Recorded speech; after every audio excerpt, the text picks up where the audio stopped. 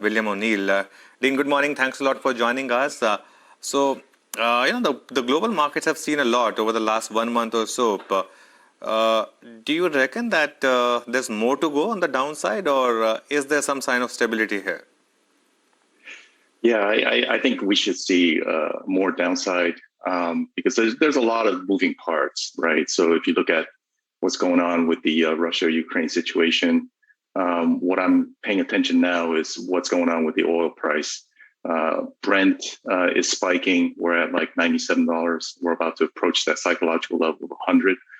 Light sweet crude, we're at 91, also trying to make new highs here. So I think certainly oil price is going to spike, and that's going to have repercussions for many countries, emerging countries like India, South Korea, even Japan.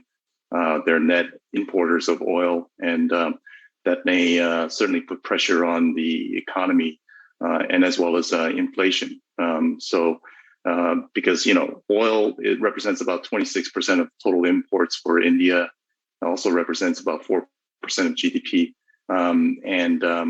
It may have a chance to kind of devalue the Indian rupee because of the trade deficit. If that were to happen, inflation might start spiking. So there's, certainly risks out there and that we're keeping a close eye on. But in our home in the U.S., we're kind of wait and see in terms of what the Fed's going to do, because, as you know, the Fed is very intent on raising rates for at least 3 times this year, 3 times next year. But given the tumultuous situation with Russia and Ukraine, we'll have to see what, if they were to backpedal.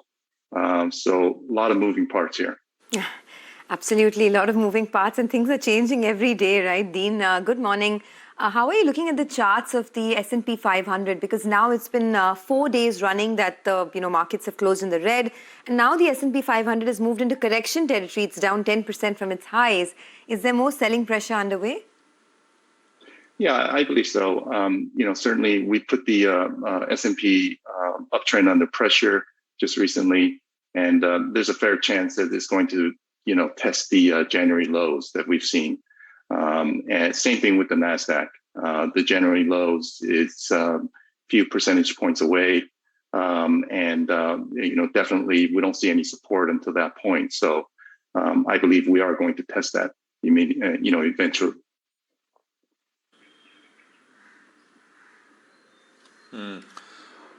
Dean, what about the U.S. rates market on yields? Are we going to lurch higher once? Many do believe that we kind of go back to that scenario. Geopolitics takes a bit of a breather, and yields lurch higher. Is that on levels there? How are things looking? Yeah, so the 10-year bond yield has kind of stalled. We're at around 1.9. We were on our way to move above 2.0. But because of the geopolitical situation, the 10-year yield is, kind of stalling or even retracting at the moment. But at the same time, the short end of the curve, 2 years, is rapidly rising. And so what we're seeing is compression of the yield curve. So 2 to 10-year yield gap, we're sitting like 45 basis points. We were well above 90 just a couple of months ago. So if it keeps heading in that trajectory, then the bond market is kind of signaling for a major slowdown in the U.S. economy. And so, if that were to happen, then I think Fed will need to kind of adjust their trajectory in terms of where the rates are going. But at the moment, certainly the yield curve is compressing. Okay, Dean, you do track some of these Indian stocks. What have you made of the recent fall in the Indian IT stocks? Yeah, a lot of stocks are under pressure in India, including our focus list. We have many names in the focus list, but we are facing with a lot of failed breakouts, including some of the tech names. So I would say, stay patient. Even though they are failing in terms of the breakout, they continue to be in consolidation mode. So if they were to hold their 200-day moving average, then I think it's fine. We just need to take a sort of a patient approach to things and not add to position unnecessarily, wait for proper technical setups. The Sensex, I'm looking at the chart recently, and it's amazing today. It caught support right at the 200-day moving average. That's great sign. It's great to see that. Let's hope that the index can hold that 200-day moving average. Yeah, I think we just need to take a sort of a patient approach at the moment. So if the Nifty and the Sensex manage to hold on to the 200-day moving average and move forward, if there is a recovery in the market, what are the stocks that you track in the Indian markets that could lead it upwards?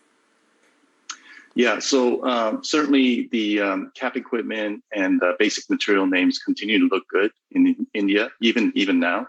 So some of the stocks like Blue Star, Linda India, Polyplex, Siemens, these are all sort of, cap equipment, basic material names that continues to look really good. There are pockets of individual stocks like Sun Pharma just breaking out. That looks interesting as well. But I think the consumer staples, they are making a comeback. So Balrampur Chini Mills, that one looks particularly interesting. And lastly, of course, the Oil and Natural Gas Corp of India, that continues to be very strong. So I think it's just pockets of individual stocks. Nothing, with the exception of cap equipment and basic material that's on trend. Everything else is sort of individual opportunities. All right, Dean, we'll leave it at that. Thanks a lot for joining us, and we will again, touch base with you in future for sure.